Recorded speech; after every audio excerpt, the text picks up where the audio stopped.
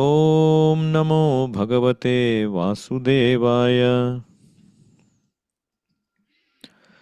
Hare Krishna. Today we'll be discussing Bhagavad Gita as it is, chapter 3, texts 23 and 24. 23.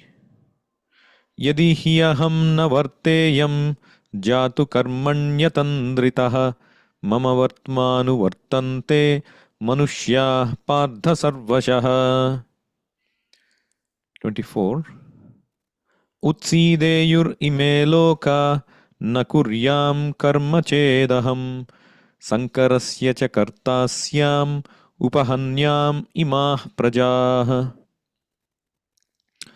So now, in the previous verses, Krishna mentioned how even if one is a self-realized person, he will still act just to teach people how to act. And including Krishna himself, even though he does not have any obligation, he is the Supreme Lord, he does not need to come and do any duty, he still does it for the sake of teaching people the right path. And in this 23rd verse, he is saying, what will happen if he did not do that? Yadi aham na varteyam, if I did not do this, very carefully, jatu karmani atandritaha. Atandritaha means very attentively, carefully. Karmani, I don't do my duties. Mama vartmanu vartante manushyaha pardha sarvashaha. They'll follow my path. Mama vartma anuvartante manushyaha sarvashaha upardha. So, Prabhupada mentions, in order to keep the balance of social tranquility for progress in spiritual life, there are traditional family usages meant for every civilized man. So, although such rules and regulations are for conditioned souls and not Lord Krishna, because he descended to establish the principles of religion, he followed the prescribed rules. Otherwise, common men would follow in his footsteps because he is the greatest authority. From the Srimad Bhagavatam, it is understood that Lord Krishna was performing all the religious duties at home and out of home as required of a householder. See, Bhagavatam mentions the daily activities of Lord Krishna, particularly in Dwaraka. So, early morning, at the Brahma Muhurta time means 1.5 hours before the sunrise. That is very conducive for spiritual practices. So Lord Krishna in Dwaraka, he would be with the queens in the night, obviously. And despite Srimati Rukmini Devi's disgust, Krishna would immediately get up from the bed exactly at Brahma Muhurta time. So or an ideal householder should learn from Krishna himself how he is setting up proper exemplary behavior as a householder. And then after arising from bed, he would cleanse himself and then do meditation. Meditation on himself because he is the Supreme Lord. But the point is that he's showing an example how in the morning that is the best time to meditate. So we have to meditate on the form of Radha Krishna, or particularly this chanting, which is non-different from Radha Krishna. Hare Krishna, Krishna Krishna, Hare Hare, Hare Rama, Rama Rama, Hare Hare. So in this way, the Brahma Muhurta should be utilized. The progress will be very fast if we utilize the Brahma Muhurta. Just like all of you have experience driving in the morning. Many of you come to temple on the weekend, especially Saturday morning for Mangalarati. Early morning, you all wake up and you see how smooth the car will go. If it takes usually half an hour, you will come probably within 15-20 minutes. Because all the roads are clear, all the lights are green, so your car can go very smoothly without any disturbance. So similarly, the morning time is very conducive for progressing very smoothly on the spiritual path. No other spiritual thoughts, no other material thoughts will come at that time. No traffic, the lights are green. So, but by the time it crosses 7 or 8 and people start to become ready for their daily tasks, well, mode of passion starts to creep in. So morning time is very important, and you should experience the calmness and spiritual potency by chanting. And then after his meditation, Krishna would perform many religious duties. He would offer oblations into the sacrificial fire, yagna basically. For us, the yagna is Sankirtana yagna, or support anybody who is performing Sankirtana yagna, like the temples, our Hare Krishna temples. We are all doing Sankirtana yagna, distributing the holy name to the masses. So the temple activities come under Sankirtana yagna. So if we support temple activity, we are also doing yagna. And then Krishna would chant the Gayatri mantra. Of course, this is meant for those who are twice initiated. But otherwise, Hare Krishna mantra is good enough for all of us. And then he would visit the temples. So it's very important for a householder to have regular deity worship. If one lives far from temple, then they can have a deity at home. But otherwise, it's very important, especially for a householder, to have a regulated life by visiting a temple and support the deity worship. Because the deity worship is done at regular intervals. So our life will become disciplined. So Krishna would visit the temples. And then, in accordance with regulative principles, he would perform tarpana for the forefathers. Of course, all these are obligatory duties for a householder. But in this age, it is very difficult to perform each and every of these things. We don't have time to do any of this. That is why Sankirtana Yagna, if you exclusively dovetail your life towards supporting the Sankirtana Yagna, towards supporting the mission of the spiritual master, then all these obligations are considered to have been accomplished. So he would do the tarpana for the forefathers. And then he would give charity of cows to the Brahmanas.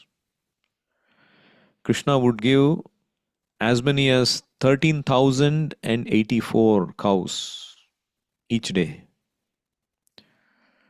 And not ordinary cows, each of them was decorated with a silken cover and pearl necklace. Their horns were covered with gold plating, and their hooves were silver plated. And all of them were full of milk due to having their firstborn calves with them. And they were very tame and peaceful. And the Brahmanas were also given nice silken garments. And each of the Brahmana was also given a deer skin and sufficient quantity of sesame grains. As you can see how the Lord is Go Brahmana Hitayacha. His first duty is to see the welfare of the cows and the Brahmanas.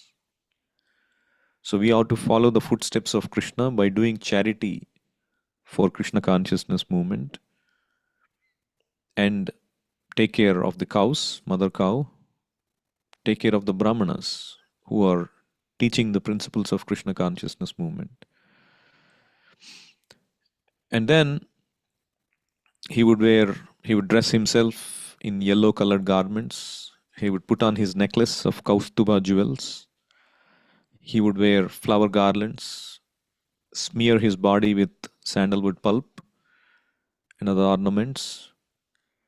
And it is said that usually the ornaments make us look beautiful, but in the case of Krishna, Bhushana Bhushanangam, the ornaments become beautiful upon being placed on the transcendental body of the Lord. And then, before starting to the temple, he would look at the marble statues of the cow and calf. And then he would please all kinds of men who would come to see him. He would welcome them and he would make happy by fulfilling their desires. And then he would go to the courtyard with his associates.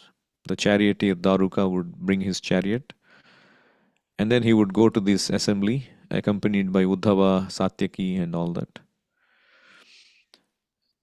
This assembly is called Sudharma assembly. In Dwaraka, just like every state has this assembly house. Similarly, Dwaraka also had an assembly house. It was called Sudharma. And the Sudharma speciality is that it is brought from the heavenly planet and was established in the city of Dwaraka. And in this assembly, the significance is that anybody who entered would be freed from the 6 kinds of material pangs. So, what are these? Hunger, thirst, lamentation, illusion, old age, and death. So, these are the 6 things which disturb us. These are the 6 material pangs. But anybody who entered in that Sudharma was not infected by these 6 material webs. So, in this way, you see how Krishna's daily activities are so regulated. Even in the courtyard, he would have proper etiquette, and people would come and present their inquiries and their problems and their desires, and Krishna would solve them. So, in this way, Krishna, as a householder, or even as a cowherd boy, he was doing everything as was ordained. Karmani atandritaha. Because mama vatmanu vartante manushyaha partha sarvashaha. And then the next verse, Krishna says, what happens if he doesn't do that? Utsideyur ime lokaha nakuryad karma chedaham. Ime loka, this loka means this world and the people, are put into ruination. Utsideyuhu. If I nakuryad karma, if I don't do my karma, my prescribed duty, sankarasya cha karta syam, I'll become responsible for causing Varna Sankara population. Sankarasya cha karta syam, upahanyam iha imah prajaha. I'll be responsible for destroying the peace of all living entities. So this sankarasya means, this word is used in the first chapter of Bhagavad Gita also. Varna Sankara means a progeny which is obtained not from proper samskara. It is said that in the Vedic times, ancient times, before begetting a child, it was not a random mixing or union of man and woman. They would do a samskara, purificatory activity called Garbhadhana samskara. Garbhadhana means before bearing the child in the garbha, you purify the mentality of the man and the woman so that similar mentality child will come into their midst. So it's a great science. At the time of conception, based on the mentality of the man and woman, a similar mentality child is placed in the womb of the mother. So that was being done. But if you don't do that, what will happen is the Varna Sankara population will happen. So people are very anxious for peace in the world. But if a child, a Rajasic or a demoniac child is born,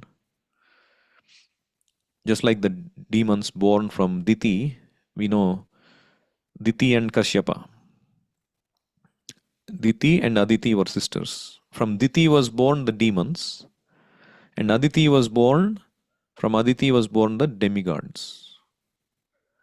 So Diti, she did not follow the proper samskara, and she forced her husband to unite with her at an inauspicious time. And therefore the demons were born to create disturbances. So if we don't observe, if we observe the Vedic system, there are nice children. Otherwise, there is danger that the spirit soul who comes is of demoniac nature, or in technical words, it is Varna Sankara. Like Arjuna uses that word. Oh, if I killed all these men, then the women become widows, and there is likelihood that there won't be protection, and they won't follow the religious principles, and there will be free mixing, and Varna Sankara population would come, which would destroy the peace. And Varna Sankara doesn't follow any proper Vedic etiquettes and regulations. It will cause the havoc in the society. So that's what Krishna says, Sankarasya cha kartasyam upahanyam imah prajaha. So that is why I am doing my prescribed duties. And then Prabhupada mentions very important point here in the purport, that difference between following and imitating. So Prabhupada writes here, the Lord is the father of all living entities, and if the living entities are misguided, indirectly the responsibility goes to the Lord. Therefore, whenever there is general disregard of regulative principles, the Lord Himself descends and corrects the society. We should, however, note carefully that although we have to follow in the footsteps of the Lord, we still have to remember that we cannot imitate Him. Like, for example, yes, Krishna enacted very dutifully the role of a householder. But Krishna also did certain activities like Rasa Leela, marrying 16,108 wives. And Shiva drank poison, Kalakuta Visha, and kept it in his throat. So these are all great activities not ordinarily done by ordinary living entities. So we should not follow those activities. That is meant specially for Krishna and the great personalities like Lord Shiva and so on. They are the great personalities. Teji Hasam na doshaya. They can absorb the so-called contamination from those activities. But we cannot. We'll be put to ruination. But we have to follow the footsteps of the Lord as He has enacted, as I said, as a householder. Waking up early, chanting, meditating, charity, doing our duties, supporting Sankirtana Yajna, all these things. But we should not imitate. These are certain activities that has to be followed, not imitated. So these are the things. Like Prabhupada gives the example. We cannot imitate the Lord by lifting Govardhana hill as the Lord did in His childhood. So one should simply follow the instructions of the Lord and His empowered servants. One should guard against trying to imitate their actions. So people, there are many, like Shiva example I gave, there are many pseudo devotees of Lord Shiva who want to indulge in smoking ganja and similar intoxicating drugs. Oh, Lord Shiva did it, I want to do it. Oh, Lord Krishna danced, I want to dance. They forget that by imitating the acts of Lord Shiva, they are calling death very near. So, similarly, there are many pseudo devotees of Lord Krishna who prefer to imitate the Lord in his Rasa Leela or dance of love, forgetting their inability to lift Govardhana hill. So, there was one time during Prabhupada's time, some devotees, disciples, they started some club called Gopi Bhava Club based on some descriptions they read about Krishna's Rasa Leela. Oh, to become, because Shantarasa, Dasya Rasa, Sakhya Rasa, Vatsalya Rasa, and Madhurya Rasa. The Madhurya Rasa of the gopis are the highest. Oh, if we become like the gopis and worship Krishna like the gopis, that is the highest. So let's start acting like we are gopis. Gopi Bhava. And worship Krishna in that mood. Serve Krishna like gopis.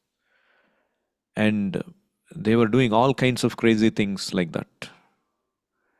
And then it went to Srila Prabhupada. He became livid and he started to chastise them and immediately disbanded that so-called club.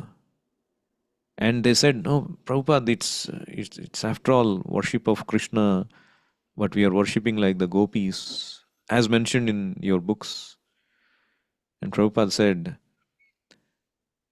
"In the drugstore, you have every type of drug. When you go to the medicine shop, medical shop, you get every kind of drug. It doesn't mean that you can get it at anything you want without prescription. Every drug is meant for a particular purpose, for a particular person, with a particular prescription. The doctor prescribes according to the disease." So Prabhupada chastised them, said, in the beginning stages of devotional service, up to the highest rasa, everything is there in his books, but they are not meant to be practiced immaturely. Unless you reach that stage of having the bhava of the gopis, the highest devotional service rendered by the gopis, you should not artificially imitate. You should not artificially imitate. And he gave the example of these sahajiyas in Vrindavan when Prabhupada was about to go to US. And the sahajiyas came and told, "Swamiji, why you are going? Stay in Vrindavan, happily engage in this kind of activity. What is the need to preach?" And Prabhupada recounted one time when his Guru Maharaj, Srila Bhaktisiddhanta Saraswati Thakur, he came to Vrindavan, particularly Radha Kunda, and he was conducting some classes. So these Babajis, the Sahajiyas, Sahajiya means they are like Gopi Bhava Club in one sense. They, without becoming really advanced, they imitate the Rasalila activities because they like the mundane man and woman relation. They are still addicted in their hearts. So they want to hear like that. This Rasalila, Gopi Bhava Club, and imitate the Lord's actions.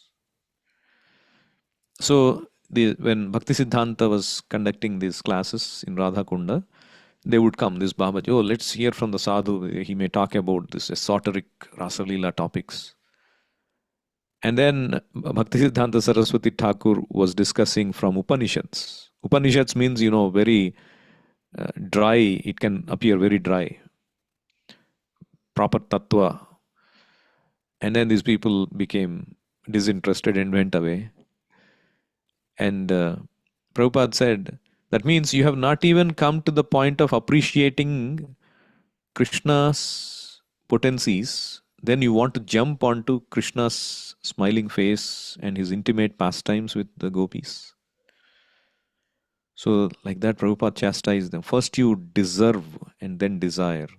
First, you execute everything that is given by your spiritual master, enact all the rules and regulations, and become qualified. First of all, be qualified, be a big lawyer, then you can become a high court judge.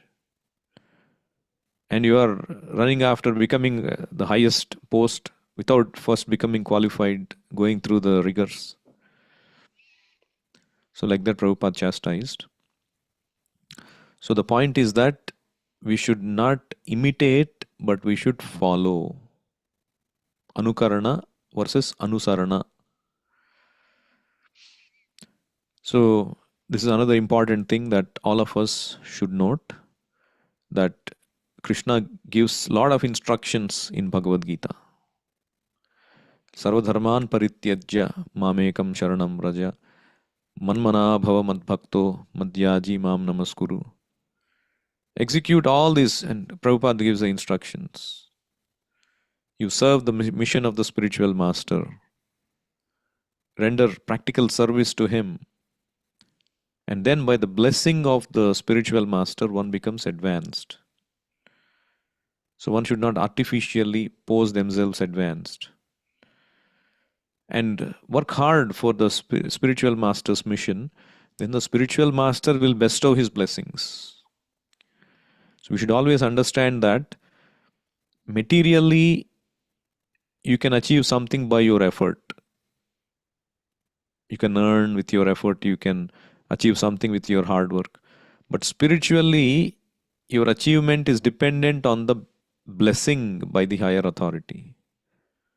It's not that, oh, I read 10 books, I learn Sanskrit, and I become proficient in everything, then I have acquired my spiritual progress. No. Spiritual progress is given. Praptasya kalyana gunarnavasya vande guru sri charanaravindam. Just like the spiritual master himself, he was bestowed that spiritual progress by his rendering of service. Similarly, we should very carefully, attentively follow the footsteps, injunctions of the spiritual master, serve him nicely, then the spiritual master will reveal. Then we become advanced. I'll stop here. Anyone has any questions or comments? Feel free to unmute yourself.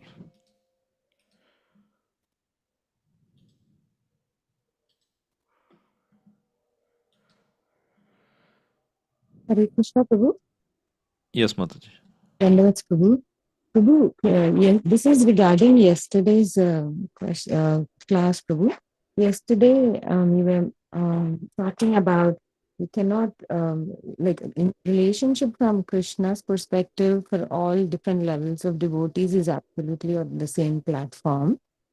But again, we do hear and understand the relationship or the service of gopis is much at the highest level, and even in the levels of devotional service we see the different rasas, the the sakhya, vatsalya, and then highest is gopis.